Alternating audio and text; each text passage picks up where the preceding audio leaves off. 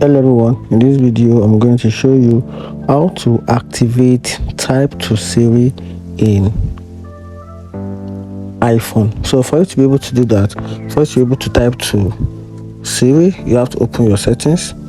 Then you can use the search bar, or you scroll down and tap on accessibility, then you find your way through to the Siri option. But you can also use the search bar, which is the quick method, by just tap on the search bar and type Siri.